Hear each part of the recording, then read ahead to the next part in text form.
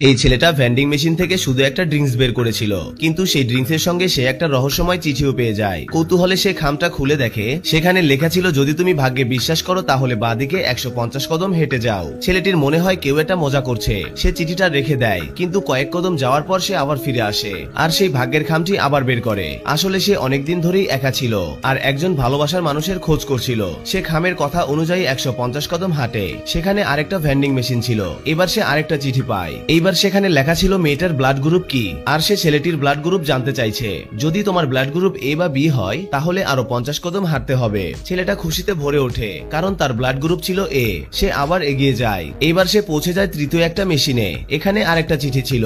সেখানে লেখা ছিল মেয়েটি কন্যা রাশি, আর সে চায় ছেলেটি যেন 20 রাশি হয়। ছেলেটি তাড়াতাড়ি নিজের রাশিফল চেক করে আর দেখে সত্যি তার 20 রাশি। দুজনের রাশি 95% মিলে যায়। ছেলেটির হার্টবিট বেড়ে যায়। এবার সে দ্রুত পরবর্তী স্থানে যেতে শুরু করে, কিন্তু সেখানে কোনো ভেন্ডিং মেশিন ছিল না। সেখানে ছিল একটা কাঠের ড্রয়ার। সে ড্রয়ার খুলে আর একটা চিঠি পায়। খামের ভেতরে একটা অসাধারণ সুন্দরী মেয়ের ছবি ছিল, একদম সেই রকম যেমনটা ছেলেটা কল্পনা করত। আর সঙ্গে ছিল মেয়েটির ফোন নাম্বার। চিঠিতে লেখা ছিল, যদি তুমি আমাকে পছন্দ করো তাহলে বাঁদিকে আরো 200 কদম হাঁটো। ছেলেটা প্রচন্ড খুশি ছিল। তার হার্টবিট আরো বেড়েই চলেছে। 200 কদম পর সে পৌঁছে যায় একটা জায়গায়। সেখানে দেখে মাটিতে ফুল দিয়ে বানানো একটা লাভ আকৃতি। সবকিছু খুবই বিশেষ লাগছিল।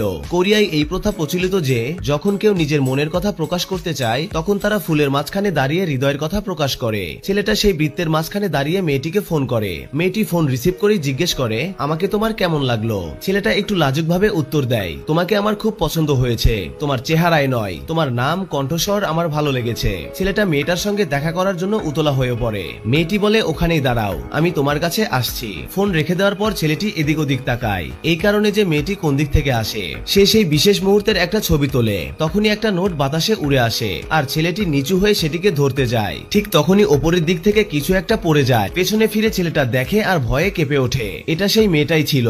যদি ছেলেটা তখন সেই শেষ চিরকুটটা না ধরতো তাহলে হয়তো তার জীবন এখানেই থেমে যেত।